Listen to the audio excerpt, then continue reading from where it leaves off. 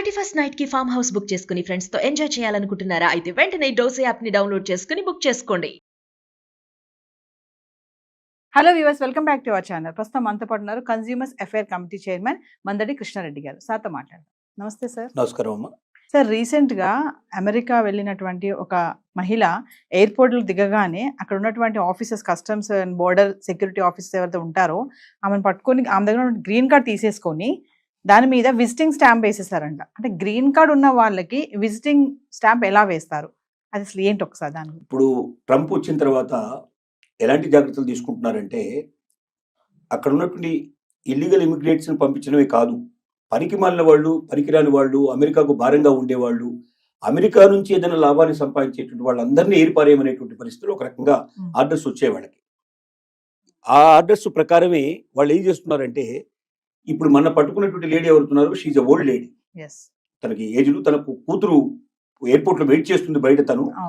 తను వచ్చింది, దిగిన తర్వాత తను కొన్ని క్వశ్చన్స్ వేశారు వాళ్ళు. అసలు ఎందుకు ఫ్రీక్వెంట్గా వెళ్ళి వస్తుంది ఇండియాకి? సంవత్సరంలో చాలాసార్లు వెళ్ళవడం, ఇండియాకి వెళ్తుంది, మళ్ళీ అమెరికా వస్తుంది, మళ్ళీ ఇండియాకి వెళ్తుంది, మళ్ళీ అమెరికా వస్తుంది, ఇలా తిరుగుతుంది ఆవిడ. ఇన్నిసార్లు విజిట్ చేస్తున్నావు దేనికోసం? నువ్వు ఏమైనా బిజినెస్ చేస్తున్నావా? నువ్వు అమెరికాలో బిజినెస్ ఏమి లేవు, కానీ ఇండియాలో ఏమైనా బిజినెస్ చేస్తున్నావా? అమెరికా ఏమంటుని ఇండియాకు తీసుకెళ్లే ప్రయత్నం జరుగుతోందా? ఇలాంటివన్నీ వాళ్ళు క్వశ్చన్స్ వేశారు. ఈ క్వశ్చన్స్ లో తనకు ఇంగ్లీష్ 100% తనకు రాదు, కొంత వచ్చు కొంత రాదు. తను చెప్పిన ఆన్సర్స్ తికమక్గా ఉన్నాయి, సూట్ అవ్వట్లేదు.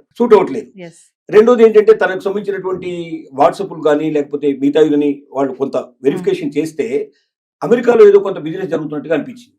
అంటే ఇండియాలో జరుగుతున్నట్టుగా అనిపించింది. అంటే అమెరికాకు సంబంధించిన డబ్బులు ఇక్కడ ఉన్నటువంటి ఇండియన్స్ ని అందరి దగ్గర డబ్బు తీసుకొని తను అమెరికాకు వెళ్ళి, అమెరికా లోపల ఇండియాకు వెళ్ళిన తర్వాత తను అక్కడ బిజినెస్ చేస్తోంది. అంటే ఆ బిజినెస్ ఏదో అమెరికాలో చేస్తే దానివల్ల ట్యాక్సెస్ వస్తే అది అమెరికన్స్కి ఎంతో మేలు జరుగుతుంది.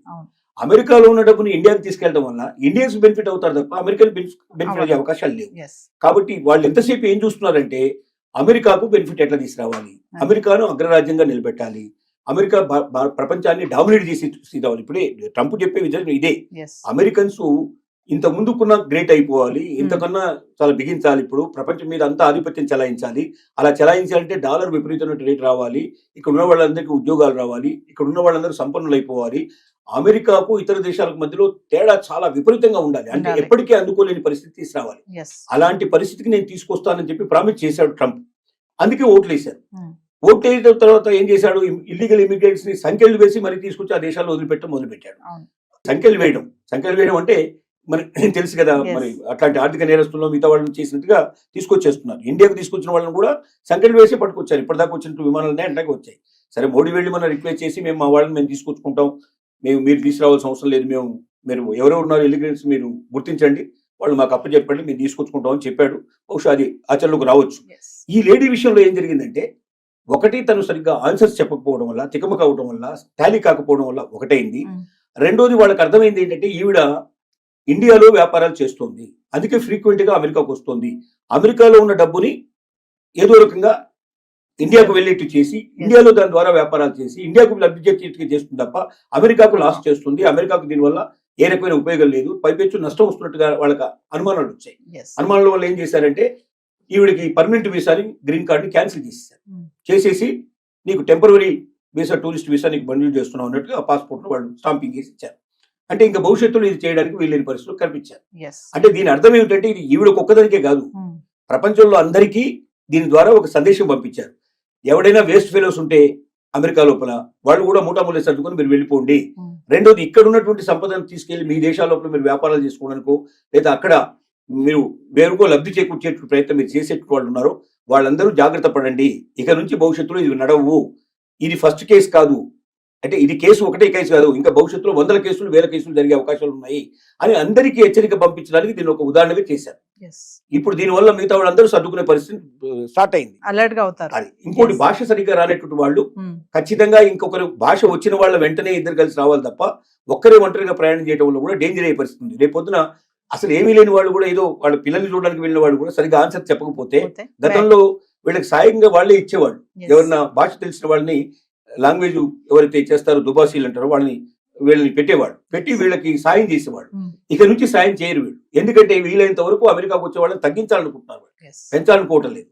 టూరిస్ట్ వీసా కింద వచ్చిపోతే వాళ్ళకి అభ్యంతరం లేదు. వచ్చి ఓ నెల 2 నెలలు మ్యాక్సిమం 6 months టైం ఇస్తారు. 6 monthsలో మీరు అమెరికా అంతా తిరగండి, డబ్బంతా ఖర్చు పెట్టండి, మాకు బాగా వచ్చేది చేయండి, మాకు ట్యాక్సీలు వచ్చేది చేయండి, మా వాళ్ళకి ఇక్కడ అమ్మకాలు జరిగేటట్టు చేయండి, మావి కొనుక్కుపోండి. కానీ మీరు ఉన్నవి మా దగ్గర అమ్మడానికో లేకపోతే మా డబ్బును దోచుకుపోవడానికో మా ట్యాక్సెస్ని తగ్గించడానికో మేము ఇక్కడ సిద్ధంగా లేవు. కాబట్టి ప్రపంచ ప్రజలారా జాగ్రత్త పడండి. అమెరికా ఇక ఇలాంటివన్నీ సహించదు, ఇల్లీగల్ ఇమిగ్రెంట్స్ రానివ్వదు, పనికిరాని వేస్ట్ ఫెలోస్ కూడా వద్దు, పర్మనెంట్ వీసాలు కూడా మేము రద్దు చేస్తాం, గ్రీన్ కార్డులు కూడా రద్దు చేస్తాం. ఇక నుంచి ప్రతి ఒక్కరూ జాగ్రత్త పడండి అని ఒక పెద్ద హెచ్చరికకి ఆవిడ ఒక ఉదాహరణగా తీసుకోవడం జరిగింది. అంటే ఇక్కడ మేము ఎక్కువ సంపాదించలేకపోతున్నాము, అక్కడికి వెళ్ళి బాగా సంపాదించాలి అనుకునే ఆలోచన ఇంకా వద్దు అని అంటారా సార్? ఖచ్చితంగా. నేను ఒకటే మాట చెప్పగలుగుతున్నాను, భారతదేశం ఇవాళ ఒకప్పుడు భారతదేశం కాదు. ఇవాళ అవకాశాలు కోకొల్లలుగా ఉన్నాయి. ఇక్కడ వ్యాపారం చేయదలుచుకుని ఏ రంగంలోకి వెళ్ళండి, నిజంగా ప్రతిభావంతులైన వాళ్ళు ఆ రంగంలో అందరికన్నా ఎక్కువ సంపాదించే అవకాశాలు ఉన్నాయా లేదనేది మనల్ని మనం ఖచ్చితంగా ఒకసారి మనం ఆలోచించుకుంటే ఏ రంగమైనా తీసుకోండి. మీరు ఏ రంగంలో అయినా మీరు ప్రతి రంగంలో కూడా మీ దగ్గర నిజంగా ప్రతిభ ఉంటే ఒక్క ఆలోచన మొత్తం జీవితాన్ని మార్చేస్తుంది, ప్రపంచాన్ని మార్చేస్తుంది. అలాంటి ఆలోచనలు మీ దగ్గర ఉంటే ఇక్కడ కూడా మీరు రాణించే అవకాశం కావాల్సినంత ఉంది. వ్యాపారం చేసేందుకు మీ దగ్గర ఉన్న ఐడియాని పెట్టుబడి పెట్టగలిగితే దాన్ని పెట్టుబడిని తీసుకోవడానికి సిద్ధపడే వాళ్ళు, దానికి తగినట్టుగా కొన్ని 100 రెట్లు పెట్టుబడి పెట్టి దాన్ని ప్రపంచానికి అంతా అందించడానికి సిద్ధపడే వాళ్ళు ఇక్కడ కావాల్సిన మంది ఉన్నారు. భారతదేశంలో ధనవంతుల కొరత లేదు నిజం చెప్పాలంటే, కానీ ధనం కొద్ది మంది చేతుల్లో ఉంది. మొత్తం దేశంలో సంపద అంతా కూడా 10% దగ్గర ఉంటే 90% దగ్గర డబ్బు తక్కువ ఉండేట్లు పరిస్థితి ఏర్పడింది. కాబట్టి ఈ 10%లో ఉండేట్లు వాళ్ళు కూడా కోకొల్లలుగా వాళ్ళు పెట్టుబడి పెట్టడానికి సిద్ధంగా ఉన్నారు. మీ దగ్గర ఐడియా ఉందా, మీ దగ్గర క్యాపబిలిటీ ఉందా, ఉంటే బయటికి రండి. ఇక్కడే లేని వాళ్ళు అక్కడ పోయి ఏం చేస్తారు? కాబట్టి ఒకప్పుడు అంటే ఇండియాలో అవకాశాలు లేదు కాబట్టి మీరు అమెరికాను వెతుక్కుంటూ వెళ్ళారు. ఇవాళ అవకాశాలు ఇండియాలో ఉన్నాయి. లేదని ఎవరంటే నాకు జాబ్ దొరకటం లేదు, నాకు పని దొరకటం లేదు అంటే వాడంత సోమరిపోతు ఇంకోటి లేనట్టు మాట. ఎందుకంటే రోజు మీరు చూడండి, పేపర్ తీయండి ఒకసారి, పేపర్లు తీస్తే కొన్ని వేల జాబ్స్ కనపడతాయి. కానీ మన వాళ్ళు వెతికేది ఏమిటంటే వైట్ కలర్ జాబ్ కావాలి, కష్టపడకుండా సంపాదించాలి, నేను ఎప్పుడు ఏసీలో కూర్చోవాలి, కార్లలో తిరగాలి, ఇలాంటి కోరికలు ఉండేవాడు కష్టం. ఏ జాబ్ అయినా సరే నేను చేస్తానని సిద్ధపడితే జాబ్ దొరకపోవడం కాదు, కావాల్సినంత సంపాదించుకునే అవకాశం ఉంది. ఒక జాబ్ కాదు, పొద్దున్నే మళ్ళీ పార్ట్ టైం కూడా చేసుకునే పాసిబిలిటీస్ ఉన్నాయి. కాబట్టి నేను ఒకటే చెప్పగలుగుతున్నా ఏంటంటే, అలాంటి అమెరికాకు వెళ్ళి అక్కడ బందీలుగా మనం పట్టుబడి సంఖ్యలు వేయించుకొని ఈ దేశానికి వచ్చి ఆ అవమానాలు భరించేదానికన్నా మీ దగ్గర శక్తి ఉంటే, క్యాపబిలిటీ ఉంటే ఈ ఐడియాని ఎలాగ బయటకు తీసుకురావాలి, ఎలాగా సమాజం ఇవాళ సోషల్ మీడియా కావాల్సినంత తీసుకుంది. మీకు మీ దగ్గర ఒక మంచి ఐడియా ఉంటే మీరు సోషల్ మీడియాకి ఇవ్వండి, ఆటోమేటిక్గా ఎవరు చేరాలో వాడు చేరుతుంది, మిమ్మల్ని వెంటనే వాడే పిలుస్తాడు, వెతుక్కుంటూ వస్తాడు మిమ్మల్ని. కాబట్టి ప్రతిభావంతులారా, మీ ప్రతిభని వేరే దేశాలకు అమ్మడానికి ప్రయత్నం చేయకండి, మన దేశంలోనే మీరు తీసుకొని మీరు రాణించండి, మీరు దాని ద్వారా మన దేశానికి సేవ చేయండి అని చెప్పి మరొకసారి విజ్ఞప్తి చేయాల్సి వస్తుంది. అంటే సార్ ఒక విషయం ఫైనల్ గా చెప్పండి సార్, గ్రీన్ కార్డ్ హోల్డర్స్ ఎవరైతే ఉన్నారో వాళ్ళందరూ కూడా జాగ్రత్తగా ఉండాలి, లేదంటే వాళ్ళ వీసా కూడా రద్దు అయిపోయే ఛాన్సెస్ ఉంది, గ్రీన్ కార్డ్ కూడా పోవచ్చు. ఎంత క్లియర్ గా చెప్పాడంటే, గ్రీన్ కార్డు ఉన్న వాళ్ళ పిల్లలు కూడా అమెరికన్స్ కాదని చెప్పేశాడు. ఇంకా దాని అర్థం ఏంటి? గ్రీన్ కార్డ్ అనేది ఒక పత్రం మాత్రమే, ఒక పేపర్ మాత్రమే. అంటే నువ్వు అక్కడ జాబ్ చేస్తున్నావు, నీకు ఒకవేళ ఆ జాబ్ ఆల్రెడీ నీకు పద్ధతి ప్రకారం వచ్చి ఉంటే ఆ జాబ్ చేసుకోవడం నీకు పనికి వస్తుంది. కానీ నువ్వు పర్మనెంట్ రెసిడెన్సీ రాకుండా, పర్మనెంట్ రెసిడెంట్ అనేది మళ్ళీ వేరే, పర్మనెంట్ రెసిడెన్సీ నీకు రాకుండా, నువ్వు రెసిడెంట్ కాకుండా అక్కడ నీకు అమెరికా లోపల అమెరికా పౌరసత్వం నీకు లేదు. అమెరికా పౌరసత్వం అంటే గ్రీన్ కార్డు యొక్క వాల్యూ ఎంత? తాత్కాలికమైంది తప్ప ఏం లేదు. అంటే L1 వీసా లాంటిది ఒక రకంగా చెప్పాలంటే గ్రీన్ కార్డు కూడా.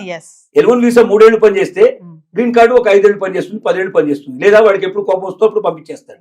కాబట్టి గ్రీన్ కార్డు ఉన్నంత మాత్రంలో నేను అమెరికన్ని, ఇంకా నాకు ఏ రకమైనటువంటి ఆపద లేదు, నేను లైఫ్ లాంగ్ ఇక్కడే ఉంటానని ఎవరన్నా కళ్ళు కంటే ఆ కళలు కళ్ళని చెప్పి నిరూపించడానికే మన ఆ లేడీ ఉదంతం అనేది ఒక రకంగా చెప్పుకోవచ్చు.